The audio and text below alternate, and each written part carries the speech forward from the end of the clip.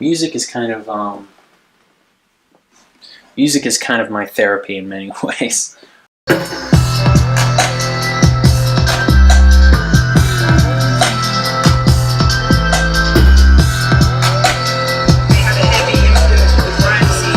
crime scene was heavy.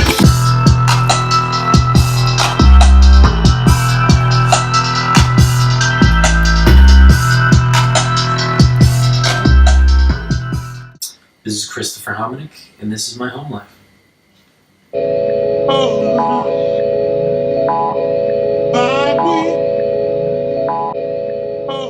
So tell me about home, and tell me about how your apartment plays a role in what you do for a living. It's a lot of what I make is made kind of on the go. So it's made typically on a laptop. Plenty of it gets done here though. Right. Plenty of it that gets done here. This is Bushwick, and if you go to my train stop, it is actually technically Ridgewood, Queens. So not only you're leaving the neighborhood when I go to work every day, it's also like a different borough. I've lived in the neighborhood about 7 years, and I lived here in this particular spot about half that time, a little less than half that time, so about three years, a couple months, maybe something like that. 2 roommates, one who is currently non-existent in the front room. Okay. My friend James has been staying with me ever since then. I have another roommate who is also not here like at all. He's maybe here maybe 4 times a month. So it's like living alone, really. Basically, yeah. Alright, so this is my kitchen. This is where a lot of my current creativity takes place. Got, cappuccino machine, my very fancy water heater right here, and then there's a bunch of my starches and rices and stuff like that. This entire cabinet is basically spices, and Damn. I lose myself in this, and some hot sauces, but yeah, the majority of them are just spices from all over the world. Yeah, I have cooking equipment kind of all over this place. I got a slow cooker, I got a rolling pin over there. Yeah, I got a bunch of just cooking stuff, just in general. To the point where I'm actually running out of room. Like the majority of my iron stuff is basically in my in my oven right now. What made you move to Bushwick? It's cheap.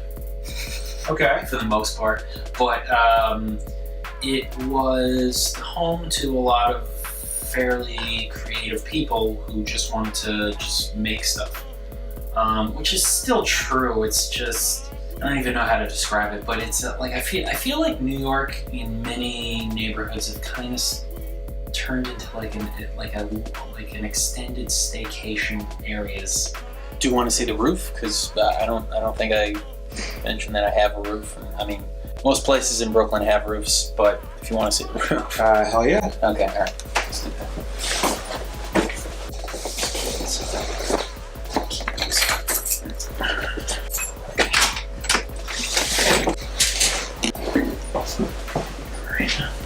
So it's only 3 stories up, so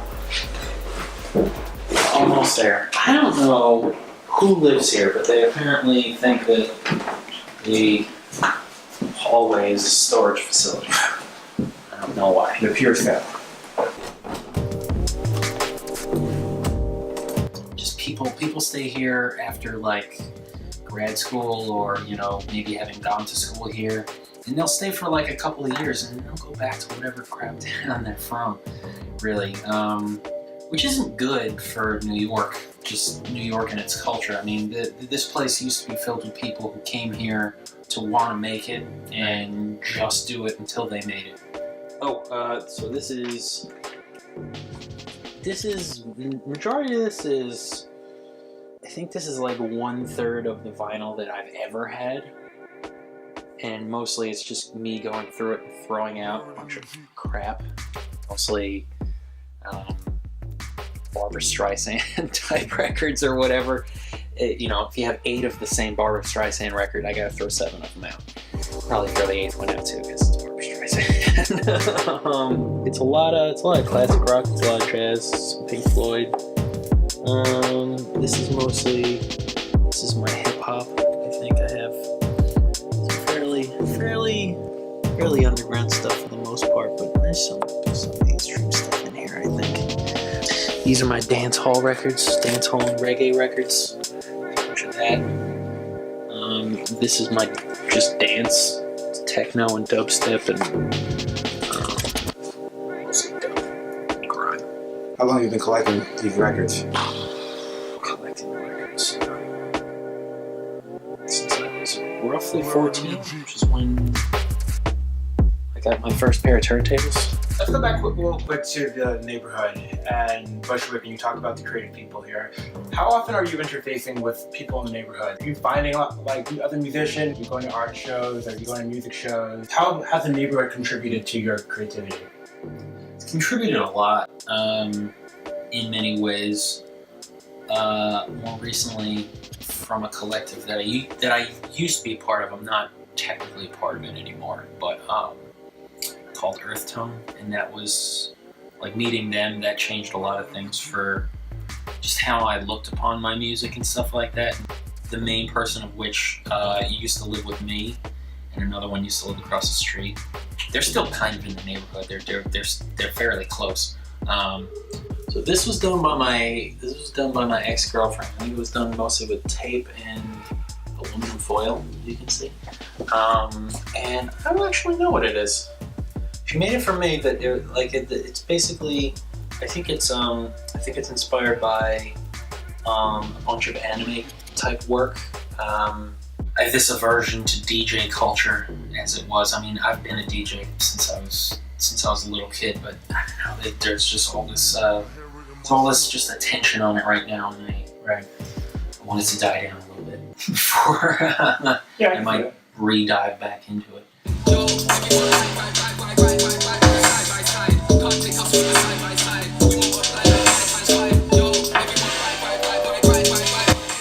This is my bedroom, this is my bathroom, this is my other roommate lives in there. This is typically where a bunch of work happened, where I was working. I still have some equipment in here, but yeah, no, I don't really do a lot of creating here at the moment. Still some artwork. This is something that I found actually in an old apartment that I used to live in. I think I found it either near the garbage or in the garbage. I don't even remember, but I just took it and I hung it up on my room. Actually, the old place where I used to live, one of my speakers stopped working, and as I went to go throw it out, I found another one of these in the trash, and I was just like, what are the odds that this works? I took it up to my room and it fucking works. It really couldn't have been any more the exact same speaker that I was going to go throw out. I find another of exactly the same speaker in good working condition that I could just use. It was astonishing to me that was fucking meant to be. Equipment is kind of I feel like I treat equipment like I treat real estate for most people. Like I buy it, I might fix it up, and I'll resell it. I make money off of it sometimes. I'll flip things. Happens all the time. I had an ex who was obsessed with mirrors, so I got a bunch of mirrors in my freaking room right now. I don't really know why, but I actually kind of enjoy it. I enjoy being able to see me in various states of being. I'm shorter in this one. I'm bigger in this one. I don't know why, but it's just like I think it's a framing thing. Right. That's very hipster Brooklyn thing to do. I guess so, yeah. I mean, in all honesty, it's a very American thing to do. I mean, there's nothing more American than looking at yourself in the mirror. It really isn't. What are your thoughts about the gentrification of your neighborhood in particular? Do you think it's a good thing? Do you think it's a bad thing? And how have you seen it happen? I mean, it's really weird coming from like a white guy not from this neighborhood to be talking about gentrification, but this is a Spanish neighborhood. I mean, this is a predominantly Puerto Rican, Dominican neighborhood. I mean, I learned my trade from Puerto Ricans, and a Dominican guy actually taught me no one has that story out here. here. That's so incredibly unique to. So I have a very different experience, and I see this neighborhood in a very different way than most people who have moved here and who've just moved here. Bushwick is still kind of a weird animal, and it's gonna only get weirder only because the main lifeline in this neighborhood is going to be completely cut off. I almost want to stay here because of that. Right. Seeing what the neighborhood is going to turn into when the L train shuts down can be very interesting. Do you think it will ungentrify? It'll ungentrify it temporarily. That's an interesting thing to see, right? A neighborhood gentrify and then ungentrify. You rarely see that in today's society. Yeah, I mean, this neighborhood has kind of been in a standstill the last year, which makes me want to get out, only because all the other neighborhoods in Brooklyn are just going to get higher in price, and in places in Queens, actually, just like north of here, basically anywhere near a train. So tell me more about how do you feel the neighborhood is gentrified since you've been here? Have you seen any evidence of that since you've been here? Oh God, I really have. I mean, what was it? There's like the broken window theory. I don't know if you hear it. So crime is basically contagious. So if someone sees a broken window or sees graffiti on the wall, like, it immediately becomes a worse place to live. I think in this neighborhood, if a vegan cupcake place opens on the corner, it just immediately becomes like, no matter how bad it might look, it's just immediately going to change a lot of things around. And I mean, people who've lived here forever see it.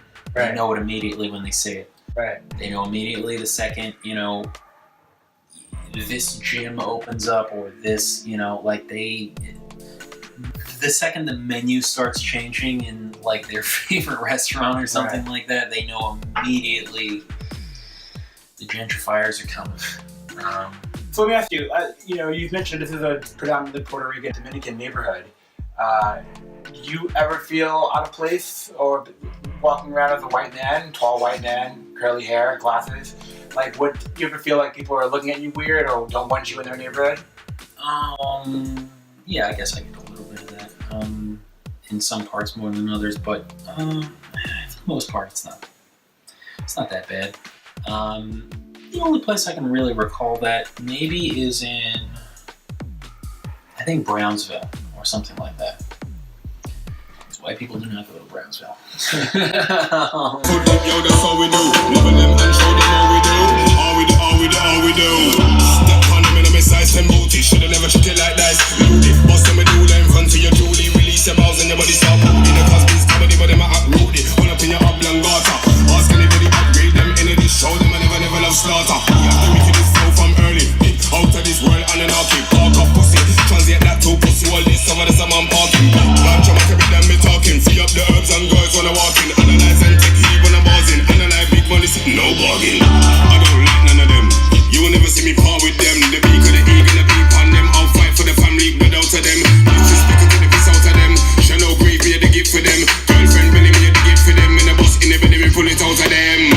It's a big problem when I come through and murder them. Long time now, them boys should have known since Jamaica be confessed. Chen. Don't let this do. Any one of them crew. Show them just how we do. Big bad Jamaica be for show.